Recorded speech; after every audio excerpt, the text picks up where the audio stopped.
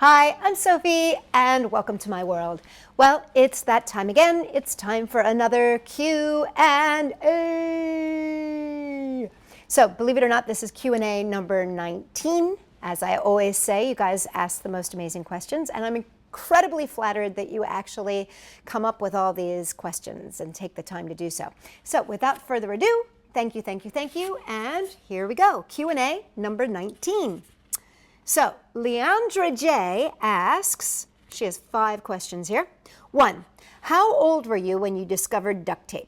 Okay, so I've known about duct tape since I was a little girl. We used it in Girl Scouts, but that was just the gray, plain, silvery tape. But I discovered it as a crafting resource in the year 2009. That's when I discovered it at Michael's and just started using it for crafting projects because they started having it in colors and patterns and stuff. And then it just went from there. So I guess I was about 43 or 44 years old. So that's how old I was when I first started using it. She also asks, number 2, which craft is the simplest to make?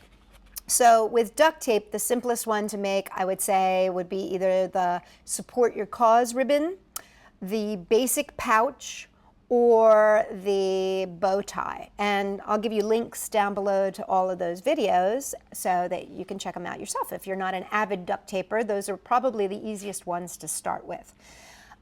She also asks, when do you think that you will stop doing duct tape? Well, basically, I'll stop doing duct tape when you guys stop asking for it. I try to do a lot of different kinds of crafting, but sometimes I find when I get away from doing the duct tape crafting, you guys start getting really upset and you start asking for more duct tape. So I want to make sure that I please my audience, and right now my audience has been telling me that they still want duct tape projects, and so until I hear that you guys don't want duct tape anymore, I will keep doing duct tape. So any suggestions, send them my way, because I'm happy to make whatever you guys want. Number 4, she says, do you have any intentions of touring near Jacksonville, Florida? I am originally an East Coast girl. I'm from Pennsylvania, and I would love to get back to the East Coast for a tour. Any of you who know me know that eventually my big goal in life is to have this big giant truck filled with crafting supplies, and I want to go back and forth across the United States of America, making art with kids anywhere that we happen to be.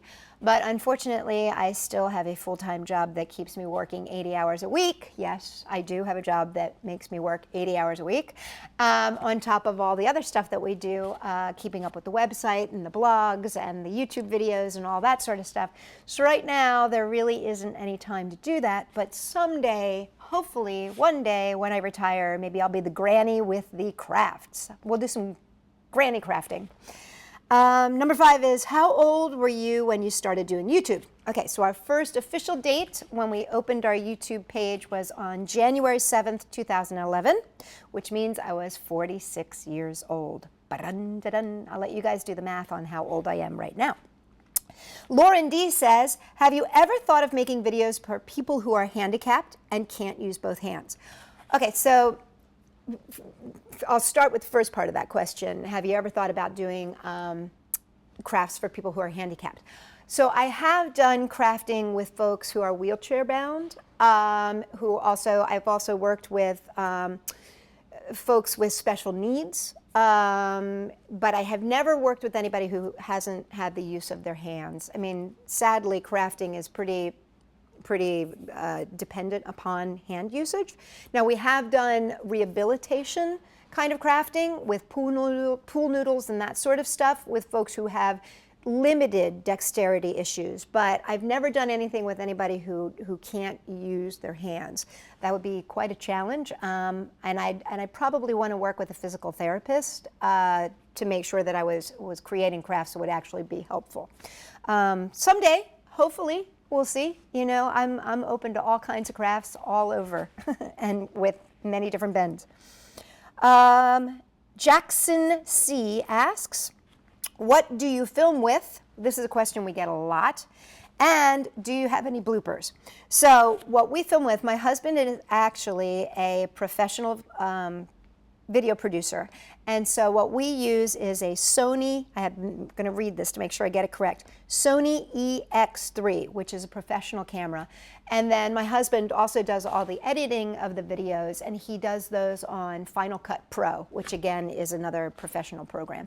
So it is a Sony EX3 camera, and it's a Final Cut Pro that he uses. Do we have any bloopers? Yes, we do. And there are actually a few bloopers on the YouTube channel. And if you go and you put in blooper, they come up. We have a lot more bloopers than we've actually shown people, just because a lot of the bloopers are me going, ooh, a lot. So, you know, or beating my head on the table because I've made some ghastly mistake. But anyway, most of our bloopers that are viewable are actually up on the YouTube channel, so you can check those out.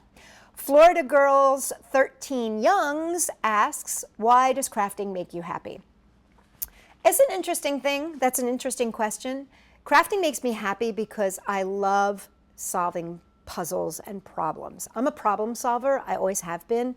And I love working with my hands. Like I love getting, like kneading dough. I love, just love the feel of diving into something. So what I love about crafting is I often will get somebody who gives me a challenge or gives me something and says, hey, what can you do with these 17 milk crates? Or what can you do with these egg cartons? Or what can you do with these straws and rubber bands?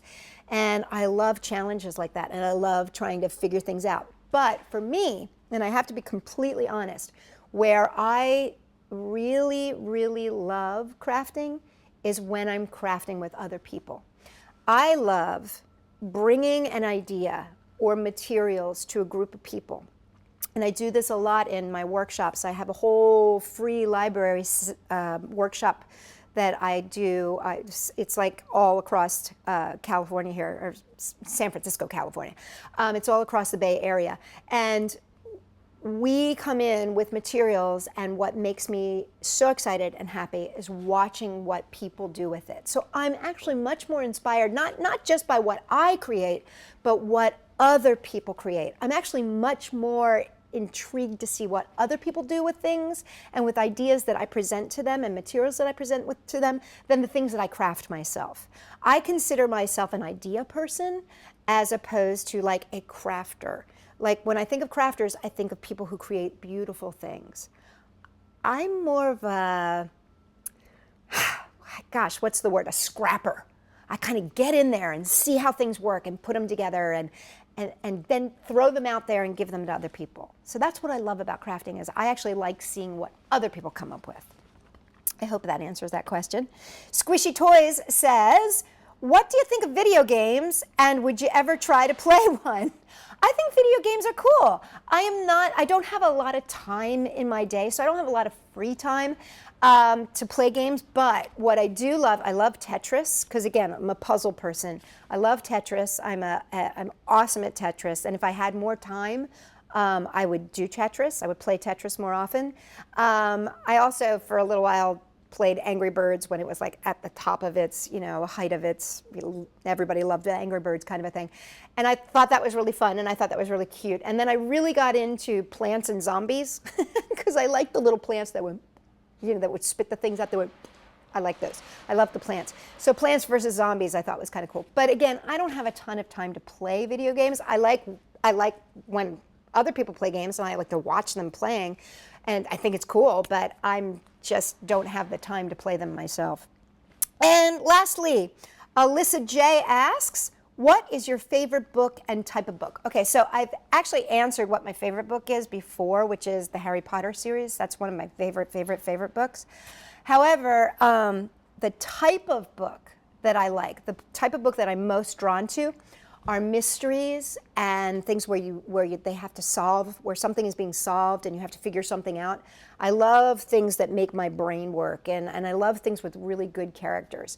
I like things where the plot line draws you in and then there's a twist to it.